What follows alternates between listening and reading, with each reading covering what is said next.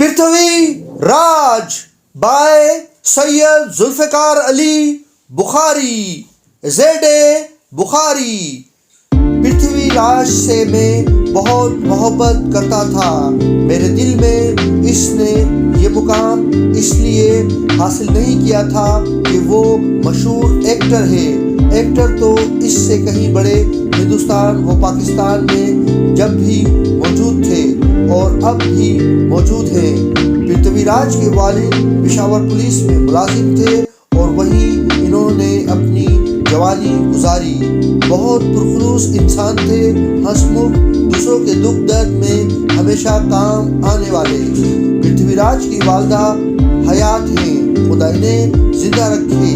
ان کو دیکھ کر یوں محسوس ہوتا ہے کہ مادر مہربان کا لفظ انہی کے لیے وضع کیا گیا ہے۔ بھائیوں اور بیٹیوں کی خدمت میں رات دن مصروف اور اسی مصروفیت میں مسرور، شکل و صورت ایسی جیسے کسی دیس کی رانی ہو، حلم و انکسار ایسا جیسے کوئی درویش ہو۔ میں اکثر پرتھوی راج کے والد اور والدہ کی خدمت میں حاضر ہوا کرتا تھا اور گھنٹوں ان کے خلوص سے فیضیاب ہوا کرتا۔ پرتھوی راج کی یہ بات مجھے پسند تھی کہ ورزش کرتا تھا اور نیک چلن تھا۔ پرتھوی راج کا بیٹا راج کپور ان دنوں بہت چھوٹا سا تھا اور بچوں کے پروگرام میں شریک ہوا کرتا تھا۔ میں اس کے باپ اور ماں کی رفاقت کے سبب اس کا خاص خیال رکھتا تھا اور اس ہونہار بچے کو اکثر مائکروفون پر لاتا جو کچھ الٹا سیدھا سکھا سکتا تھا سکھاتا تھا۔ اس تمہید سے میری مراد یہ ہے کہ اس دور کا کچھ ذکر ہو جائے جس دور میں کچھ اگلے زمانے والے ایسے لوگ بھی رہتے تھے جن میں مروت تھی، آنکھوں کا لحاظ تھا، فن کی قدر تھی۔ دفعتاً ایسے واقعات پیش آئے کہ میرے دل کو ٹھیس پہنچی اور پرتھوی راج کا جو قلعہ میں نے اپنے دل میں دماغ میں بنا رکھا تھا مسمار ہو گیا۔ پرتھوی راج ورزش کرتے کرتے پورا پہلوان ہو گیا۔ فلموں میں اس کی مانگ کم ہونے لگی۔ اب اگر اس کو کوئی پارٹ ملتا تو کسی بھاری بھرکم آدمی کا۔ مختصر یہ کہ اب وہ ہیرو کے زمرے سے نکل کر ہیرو کے باپ یا بوڑھے وفادار ملازم کے زمرے میں آ گیا تھا۔ پرتھوی راج نے جب اپنی کساد بازاری دیکھی تو ایسی چال چل گیا کہ ہندوؤں نے اسے دیش بھگت سمجھا مگر مسلمانوں نے بگلا بھگت۔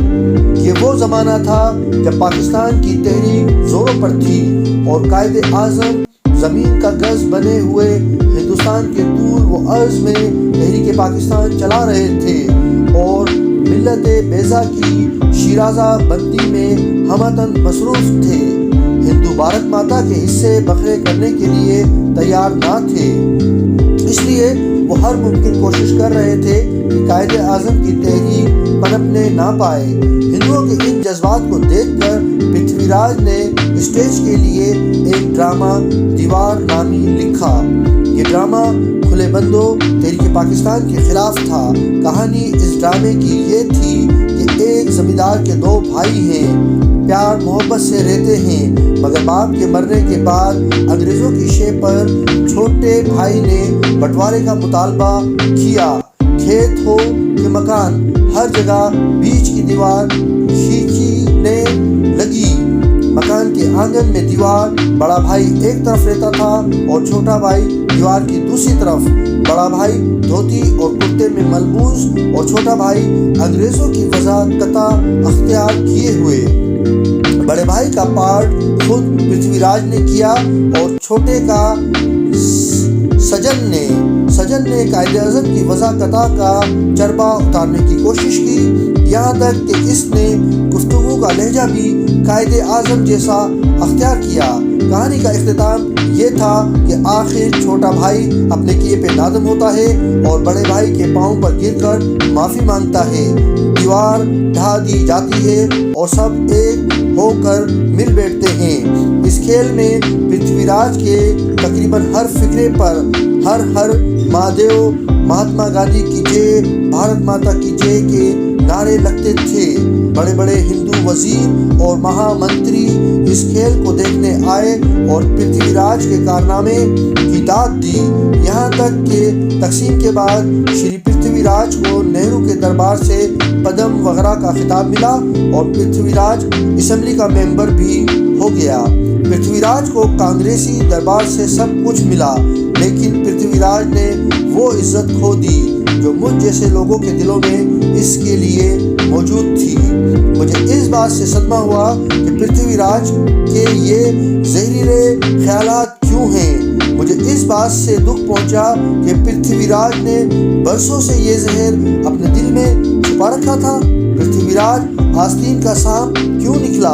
پرتھوی راج کا پھیلایا ہوا زہر پاکستان کی تحریک کے جسم میں تو گھر نہ کر سکا، لیکن یہ ضرور ہوا کہ فن کے معاملے میں بھی دو فرقے ہو گئے، ایک ہندو اور ایک مسلمان، یہاں تک کہ فن بھی دو طرح کا ہو گیا، ایک مسلمانوں کا، ایک ہندوؤں کا۔